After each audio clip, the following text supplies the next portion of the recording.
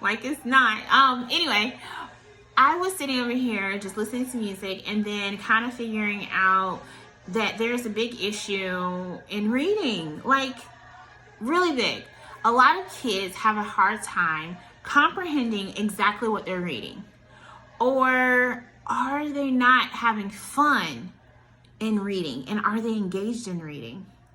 All right. I know that it's a big issue. I have found it in my years of teaching and also just volunteering and tutoring that a lot of kids do not have fun reading. Reading can be so much fun. I mean, it takes you to another place, another time, another season. It just like opens up a whole new world in reading and imagination, and also in writing as well.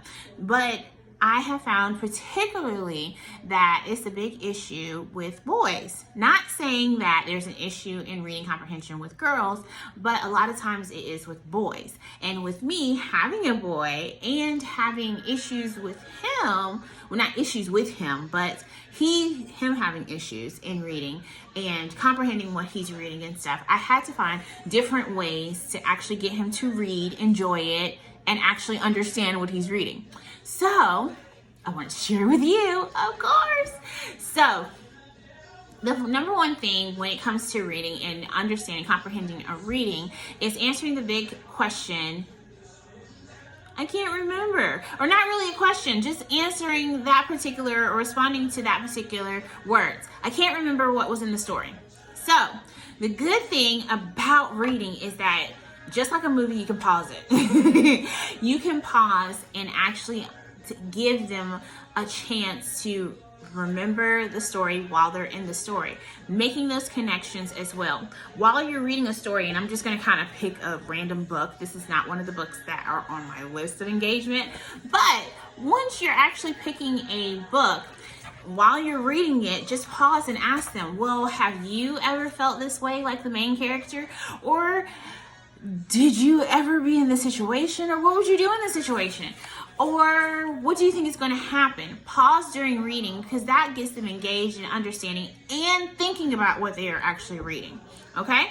Now, the other thing is, which is the biggest thing for me with my son, is actually getting him engaged into the reading. A lot of times we read stuff, especially in school, because we have to. Ugh. No. Get them engaged into a story.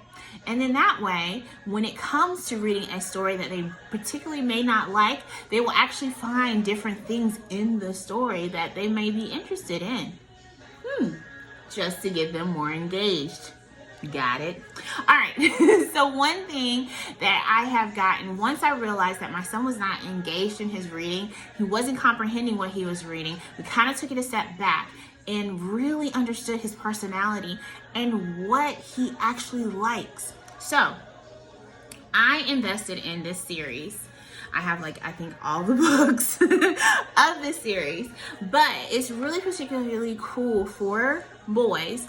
Girls would be interested as well. I'm just saying on a boy perspective that this series, The Bad Guys, it's really fun to read because it is more of a graphic novel, okay? More of it is like a comic book, and it's funny, all right? A lot of the words, some of the words are a little bit more difficult, especially if they're a younger reader. I would say probably like second grade, third grade-ish, they can get the words, but sometimes they may have to sound it out, and it's fine because we want them to grow, of course. But it's really, really fun to read. It has a lot of the, graphics is black and white, of course, but it has a lot of the graphics, and it's just funny. And a lot of times I like to read to my students and to my child in different character voices to get them engaged, especially if there is more than one character. And just using that excitement, of course, in the reading. But this is a really good series to invest into if your child is not really engaged in reading. The Bad Guys. There is there is a number of different levels. Like this one is the first one. And then of course this one is like the sixth one. If you can say it's six. All right. And there's different ones, but graphic novels is really, really good to engage into, especially if they're funny and they have some type of meaning to them, or they're just fun and humorous. I mean, kids love it. But this really, really helps my son to get into reading and to actually enjoy reading, because it was just very humorous and he wanted to continue.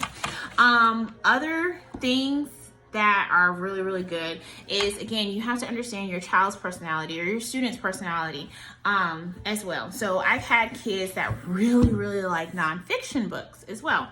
Or they just like interactive books. So you have like the smaller books, you know, that are usually for toddlers, that are flip up, flip down, and all the other stuff. This book particularly you want to use with a flashlight. Isn't that so cool? So I have to show you this. Hold on real quick. Okay, so this particular book I have to actually use, I try to get as dark as I could in here and I can't, but have to use a flashlight. Okay, and it's called a Secret of Apple Tree. So it goes through the whole whole process of an apple tree and what an apple tree goes through. So basically it's a shine a light book, hence the flashlight. Okay, and I'm not gonna show like the whole entire book, but what you do is you read the story, of course, and then you can, sorry, this would be so much easier if I had a podium or something in here, but it's okay. So basically you take the flashlight and you kind of go through it. I hope you can really see this. This is like so cool. And especially it's really cool when you actually have like your room or your classroom dark. Okay, so you can go through it. And again, you know, it's just a plain tree. And you put the flashlight behind it. And it actually shows the branches through the tree, and it's all the way through the story, so it makes them really engaging, really fun, and then also it has a story and a meaning behind it. So again, this is why it is so, this is so cool. And I'm pretty sure there's other books like this. Again, this is Secrets of an Apple Tree, a shine a light book, and I hope this is not backwards on the video, but it's really cool. And this is actually by, I want to say Usborn, but it's actually Usborn, I think. Don't quote me on that. I'm still learning how to read too. No, I'm just playing. But you can actually look it up. And like I said, I'm pretty sure there's other books like that. All right. The other book that I really think that is really cool and is really engaging and stuff is actually having two perspectives on a story. We do try to show different compare and contrast of feelings and different meanings of stories and everything like that. When teaching, also using a reading comprehension strategy as well. So this story is once upon a cool motorcycle dude, and basically this is a story about two kiddos that are trying to do a book report, and they actually have to work together in doing a book report, but they have two different perspectives. I usually read this in two different voices, and it gets me tired. So like my vocals are so tired because I use all my energy to be the girl and the boy at the same time when reading the story, but it's so much fun and it's so engaging when you're actually changing your voices and you're having the kids really in tune with it, especially when it's boys and girls in the classroom, or even siblings when they're actually reading the story. It is really, really cute, and it's really, really fun to read, and to see them compromise and argue and everything in this story. And this is what, you know, we do in real life too, especially when they have to work as partners or in groups and everything. So, again, get engaging books. You can see that I have read this so many times that I still have stuff in it, activities in it. But get engaging books with your children, and get, get stuff that actually matches their personality. If they love humor, get something that has humor in it. If they love fairy tales, if they love nonfiction, if they love dinosaurs, if they love volcanoes, if they love robots. I mean, there's so many different things. So get something that's engaging, and do not forget to pause when you're reading.